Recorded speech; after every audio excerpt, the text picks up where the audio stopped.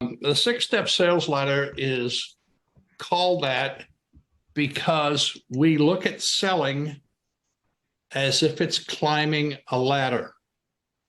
And with each progressive step on the ladder, as you go up, you get closer to whatever the destination is. In the case of selling or sales, it's a successfully completed transaction with a happy client or a happy customer. Now, the other reason why a ladder is so important is just imagine you're trying to climb a ladder, just like you're seeking to complete a sale. And if you skip a step, you're very likely to fall on your back, slide down whatever elevation you're at, and have to get back up and start all over again. And hopefully not have done any damage to yourself or to the relationship that you're seeking to form.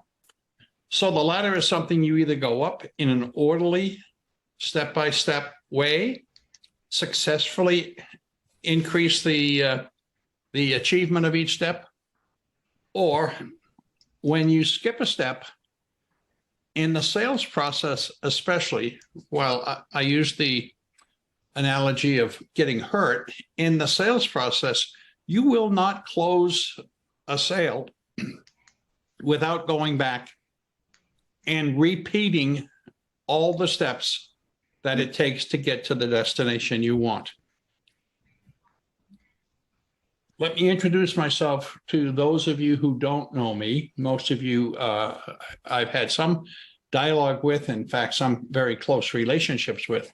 I'm a serial tech entrepreneur, approaching middle ages now. Not that I've been around since then, but I'm in what I call the late stage of the middle ages. I'm in my 70s. And I am a serial entrepreneur with focus on technology and marketing or sales tools. And I built 7 firms and had all kinds of fun times building them all over the world, global companies. And yet I have the greatest joy in being with people like us today and just passing on some information that may be helpful for them, such as I had or have had so many people pass along to me. So let's get on past talking about me and let's talk about what do we do today in the 6-step sales ladder. As I've described it, it's an easy way to grow your sales success, because once you have in your mind's eye what the analog of the ladder is, what it's meant to be, the metaphoric ladder, you now have an image, and soon we'll have a 6-step process to use and apply against all the times and all the ways you go into a sales conversation. To get started today, we're going to talk about the relationship selling ecosystem and what it looks like, how it's comprised. And it's my definition, so I'll be introducing that as new to all of you. But you're going to leave with understanding how trust building is at the core of all great sales results. It's the heart. And without a heart, it's going to be very difficult to achieve what you want in selling. The 6 steps you'll see unfold for you. And then when we get to the very end of it, I'm going to share with you a couple of gifts, and I have an opportunity to help you get on track with this 6-step sales training, on track to an extraordinary finish to 2023. And as I was thinking about this conference today, this little presentation today, I was thinking about how Labor Day is only 2 weeks away, plus or minus a day, and how when Labor Day passes on that Monday in September, all of our eyes customarily turn back to how do we finish the year with a flourish, with power, with strength. And so I'm going to share an opportunity that may be a fit for you. Now, I use the word ecosystem. This is the Engage Pro Sales ecosystem as it's meant to illustrate. It's like a funnel. In fact, it is a funnel. And at the top of the funnel, there are various ways in which people come into your funnel. I'm only illustrating one of them when I speak to networking. I use this because I have a vital interest in the networking space, but it's so common for us today because getting new leads by making a contact in some sort of networking setting is the most prevalent and effective way to get to a new prospect or identify an opportunity. There's lots of other things that people do, marketing type things, social media type things, but the most effective way is a person-to-person activity that brings you into a conversation. Now, networking requires follow-up. You could say most things in life require follow-up, but following up after a networking meeting is a challenge for most people. In fact, most people fail terribly at effective follow-up for all kinds of reasons. And I won't go into a diagnosis here today. That's not our agenda. When you follow up, all of a sudden the light bulb comes on and you move people from being a contact to a connection to a relationship. And if that relationship is built on mutual benefits and focus on the needs of the people in that relationship, the sale results. Now, as it comes to why I call it the Engage Pro sales ecosystem, it's because my company, Engage Pro, has built tools to help at multiple steps of process or progress through this ecosystem. We have a tool called ChatBridge. I'm not going to talk about that today. It's a follow-up accelerator tool. Engage Pro is a relationship accelerator tool. Many of you know what it is. A good number of you are already using both of those tools. The 6-step sales ladder is at the bottom of the funnel because it's where the rubber meets the road. If you meet someone and there is a real opportunity and you follow the sales steps properly, that's when you convert everything that happened above it into something that rings the cash register. So let's get into why I say relationships and trust. And trust is at the core of selling or successful selling. If you consider how noisy our world is, how much is intruding into our lives, how many choices we have as to where we spend our time or what we buy, the level of trust that you build, the level of trust that you earn directly affects the level of sales that you will achieve for practically every type of business. And I won't go through a litany of the types. You make up many of them. As I look at the audience here, you make up the core of why trust is so important. Because when you build trust, when you focus on trust, you become what I call an attraction magnet. You become someone who stands out in the marketplace. You become the scarce entity or the scarce asset or scarce resource. And the few people that you may be building trust with today become your marketplace advocates, and the size of your circle expands. And the more trust you focus on, the more you become a successful magnet. You get word of mouth, as some people like to say. You get top of mind awareness. You get advocates in the marketplace. You get referral partners. All of these things. Pick the one that fits your marketplace. However, it is trusted relationships that cause it to happen. I'll give you an example. I do a fair amount of speaking on stages, all virtual. And over the last week, I've been on 3 global stages, through the weekend included, with global marketing personalities who came to me and said, would you bring this message to my people? Now, it's not a new message, but it's new to them and it's new to many of their constituents, simply because everyone's been focusing on the techie stuff and come to realize it's the people stuff that the techie stuff is supposed to be enabling, and it comes up short.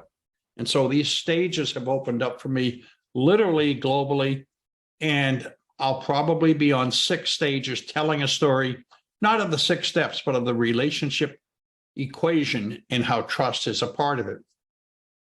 So now let's get into the 6-step way to selling success.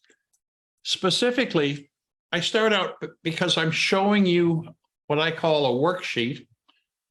This worksheet is one that's looked like this for years. I've used this over and over again.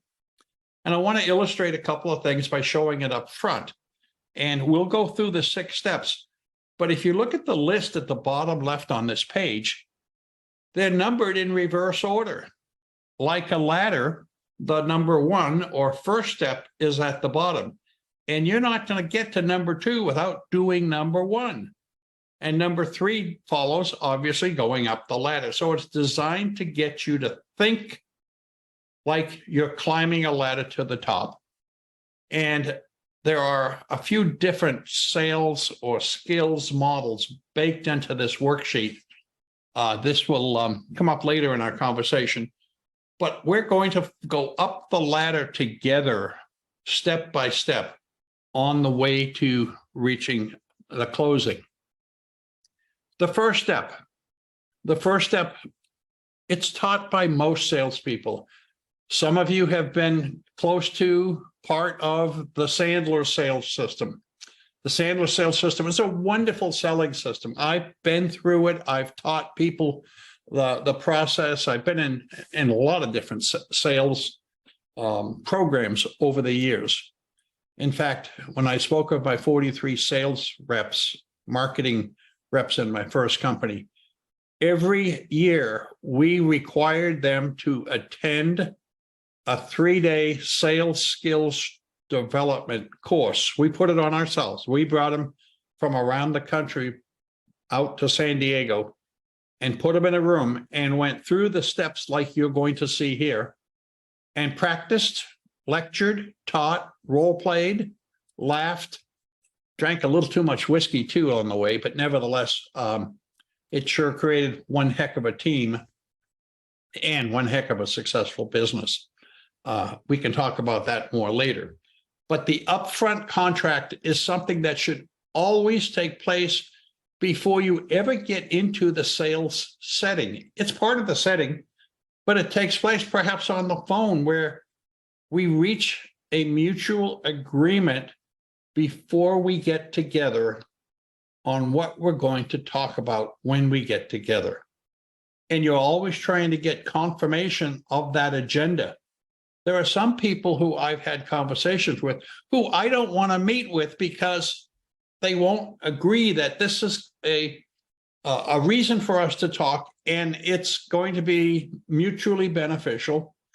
And whenever someone opens the door, like happens so often on LinkedIn, and they start to pitch me through a LinkedIn mail message or in-mail or whatever, I'm done.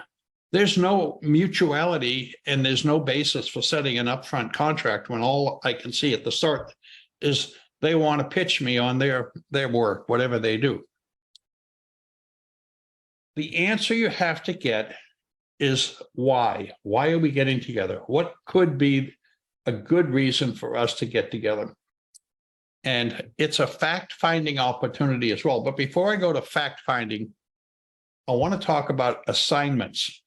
There's a young man on the call with us today who I've introduced to the concept of what's called assignment selling.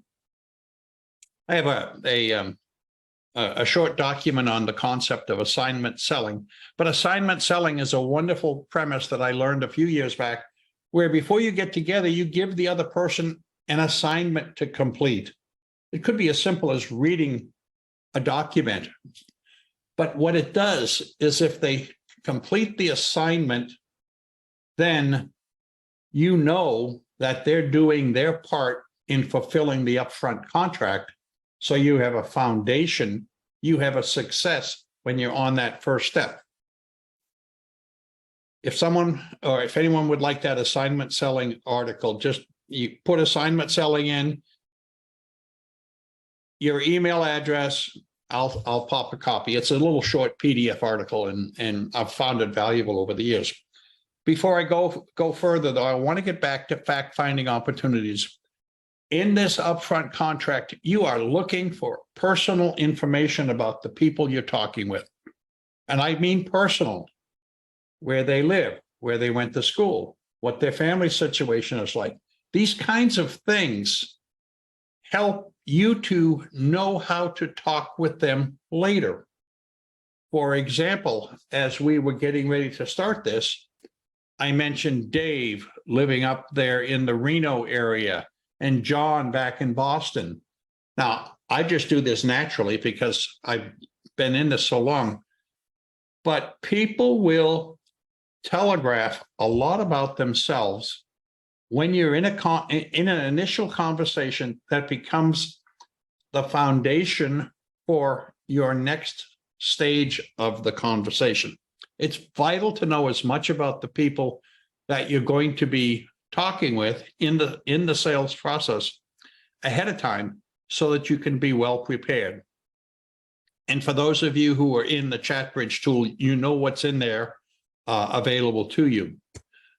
Okay, the trust building step. The trust building step is the second step on the ladder because every conversation you enter in, especially a sales conversation, starts out with a level of mistrust, untrust, unbuilt trust, undeveloped trust at the very beginning.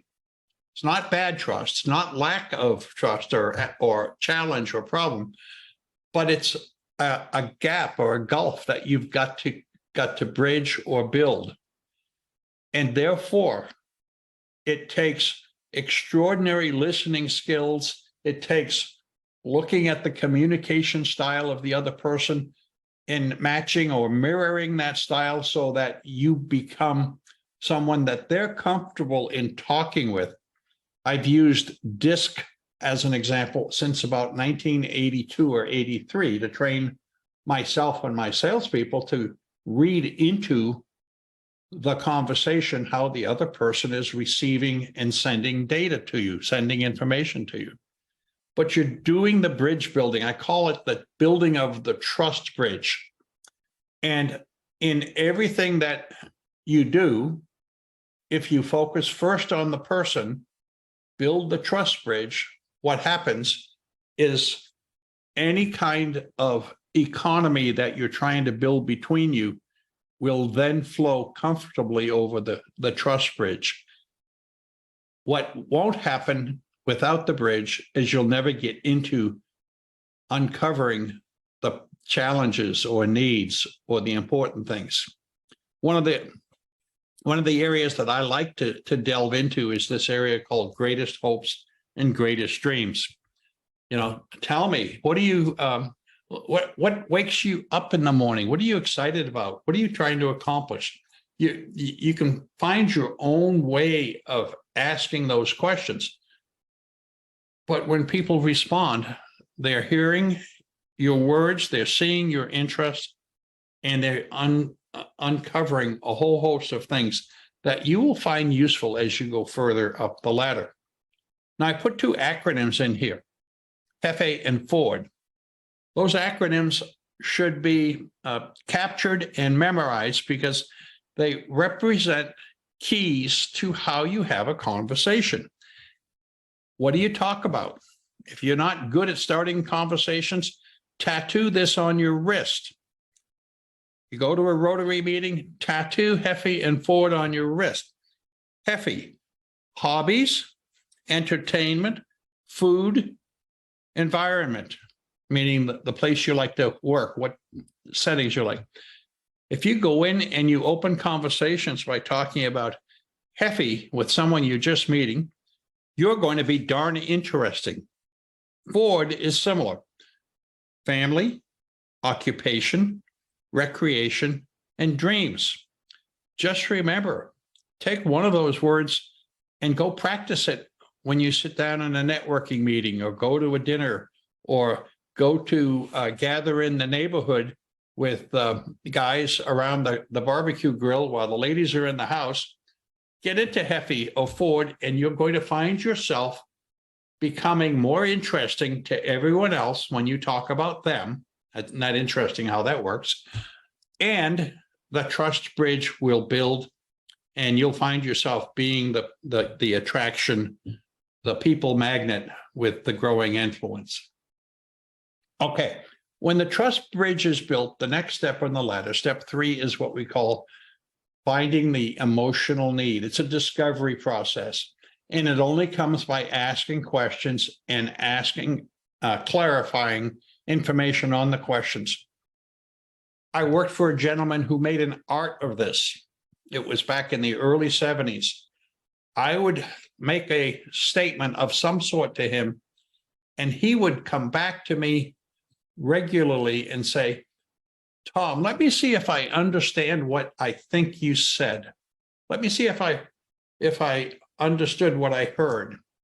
And he would come back and repeat back to me to confirm that he was listening, that we were communicating, and that it was active exchange between us. That active exchange or confirmation is a trust building confirmation, but it also gets into what the challenges are. And you have to get into the feeling type responses or uncover the feeling, asking feeling type questions like, what would it mean if you could solve that problem? What would it allow you to do? How would that make you feel? What would you then do next? Those kinds of questions, why, what, how, fact versus feeling, what they do is they let you see what is really at the heart of the need that you're trying to address. And I finished this section with the question of, is it a problem worth solving? Someone once said to me, if the cost of solving your problem is greater than the price of you keeping your problem, then you shouldn't buy from me. Think about that. If the cost of solving your problem is greater than the price you're paying in having that problem, you should keep your problem. Don't sell me something that's not worth more than the problem is worth to me. Now, the interesting thing is you should always be weighing that based on what you're bringing in the door to that person.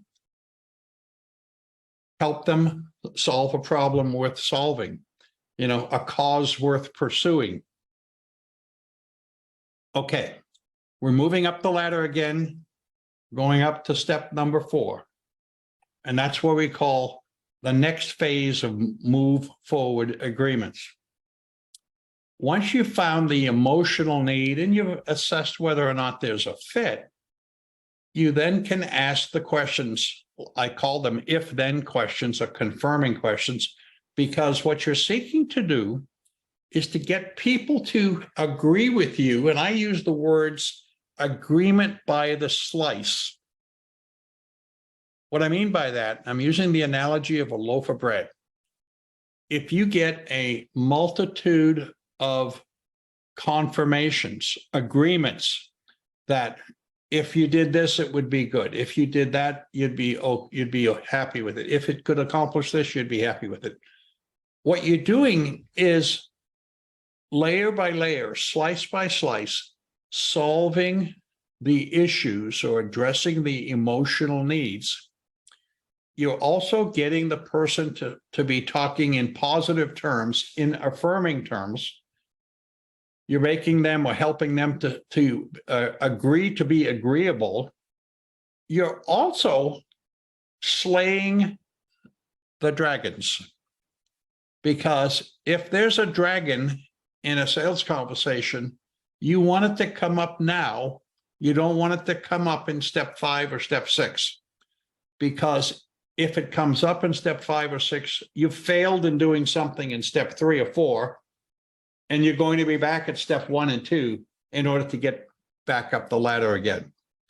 So these anything else questions, is there anything else that you would like to accomplish if we were to decide to work together?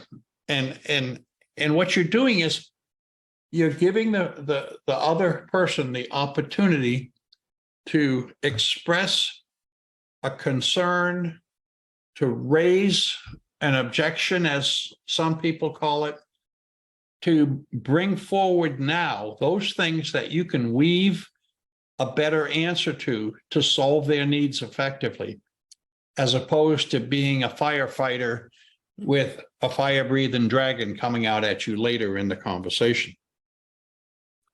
Okay. Step 5 now is, as you've received or presented all these slices, you see that you now have the full loaf in hand. What you need to do is move to the affirmation stage and confirm, or as I say, affirm, that we've arrived at this place together. Don't you agree? We're doing this together. We're going to be working on this to ensure that you get across the goal line. I want to be sure that you finish 2023 as strongly as possible. So therefore, let's make sure that we're working together and communicating effectively. And I'll guarantee you that we'll cross that goal line together. What you're doing is getting more agreements, and you're working on helping the other person, your prospect, keep the end result in mind. It's an emotional goal that you're trying to solve. Sure, he needs more sales. Sure, he needs more something. Wants to avoid the pain, whatever it is. But it's the feeling that comes out of solving that, or reaching that destination where the pain is solved, where the opportunity is now open, where the insecurity is relieved, or whatever it is that represented their emotional needs. Okay, we're going up the ladder. We're approaching the top step, and this top step is called the closure. I hate the term closing. I hate the term, I'll say it again, I hate the term closing the sale. Closing is like jumping off the cliff. Did we close the deal? Closure is like cleaning up the unfinished pieces on the way to getting started. It's simple. It's not hard to reach the closure or the completion of the closure if you've done the previous 5 steps effectively. So the way I've done it over and over again is to reach into the topic of, well, given where we are, here are the next steps that we need to do to get you on the way to whatever that destination is. Looking ahead, here's where we go next. If you've effectively asked all the questions and solved all or slain all the dragons in the earlier step, closure is really more about let's get in the car together and go.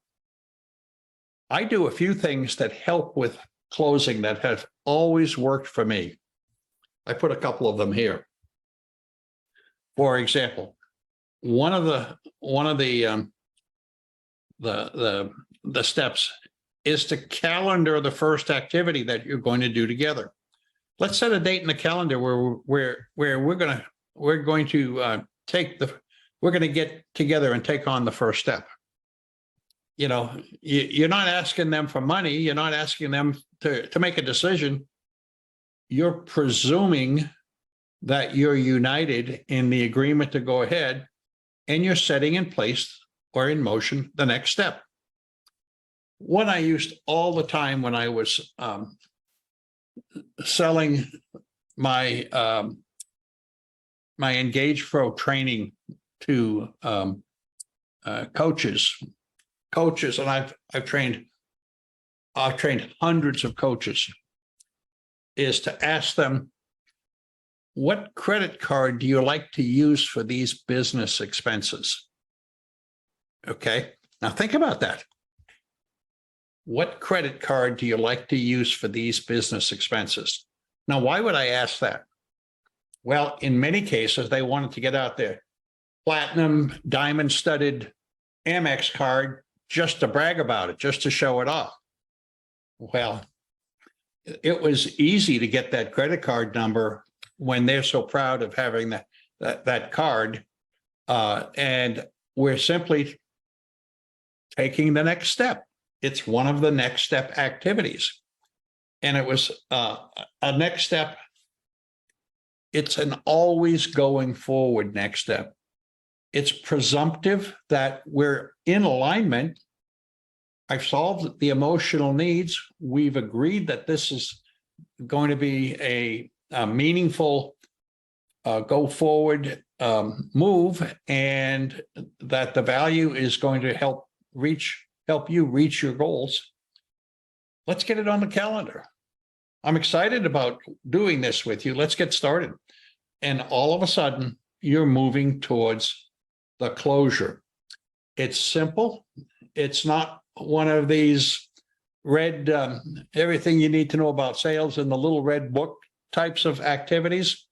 It's warm, it's friendly, it's relational. And by the way, when you sell this way, the people who become your clients know people who should become your clients if they feel good about how you brought them together to move forward to solve their needs.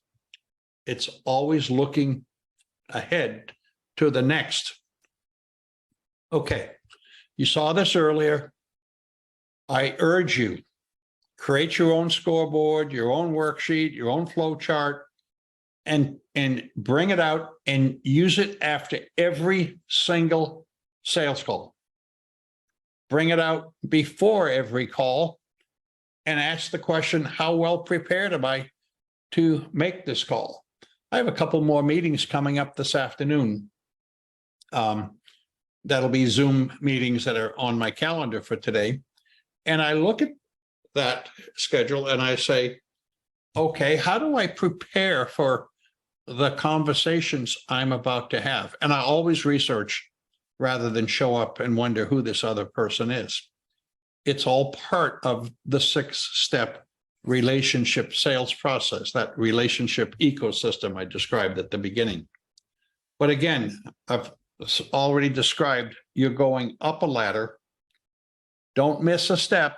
You miss a step and you're going to have to start at the bottom again.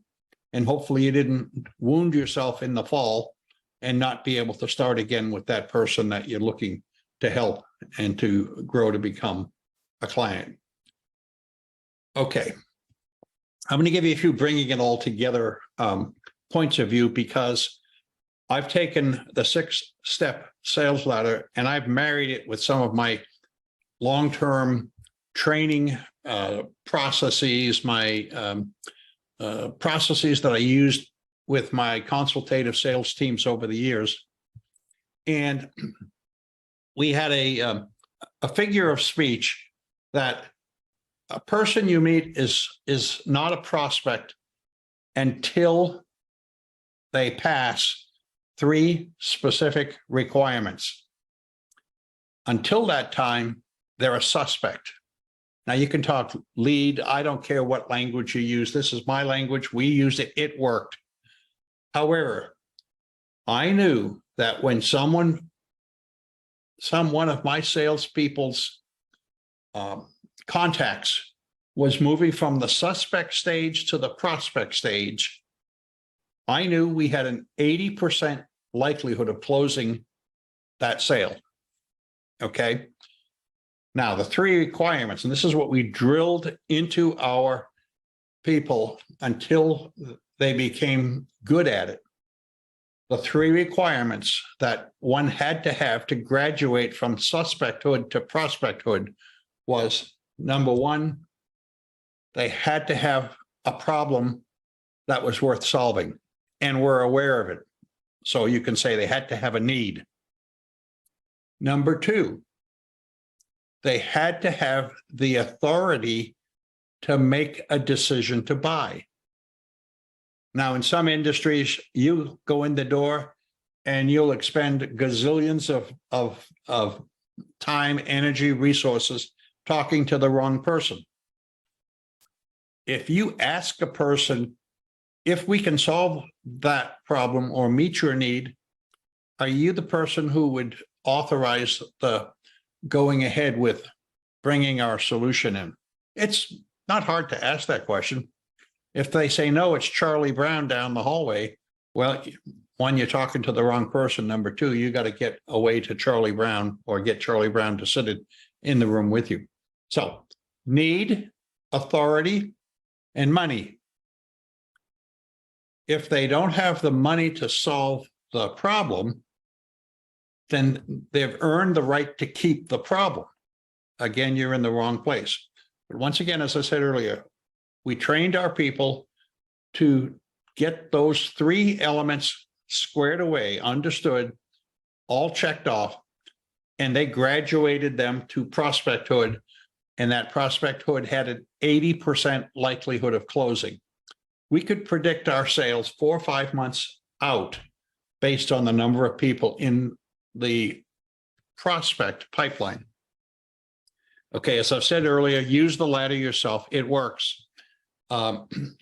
Importantly, not long after you start delivering all the value that you do, your clients are going to fall in love with how you've treated them. And you have the opportunity to turn that client into an advocate, a referral partner, a person who will introduce you to more people who have needs that you can help them solve. I won't go any deeper in that other than to say, if you want more information on that, go back to the engagepro.com website. It's all there on how that happens most effectively. Lastly, taking a statement from Stephen Covey and the 7 Habits of Highly Effective People. We trained our salespeople twice a year, 3 days each time, flew them all into San Diego. We met once elsewhere and decided San Diego was too attractive to not bring them out of Chicago or Atlanta or whatever. So 6 days a year of training, sharpening their skills, sharpening the saw, as Covey said in the 7 Habits of Highly Effective People. You never arrive at, let's say, the destination of accomplishhood in selling, because if you get away from it for a couple of weeks, you got to start over yourself and sharpen the saw. And lastly, track every single call to ask afterwards, what could I have done better? What did I miss? What could I have learned before I started that would have helped me be a better solution for the person I just met? If you don't have consciousness, active, focused consciousness of what you did and why you're at this place you are, then you miss the opportunity to improve, or you miss the opportunity to do again something that worked really, really well. Always track everything you do in the sales process, and you'll find yourself achieving more and more and reaching your goals better.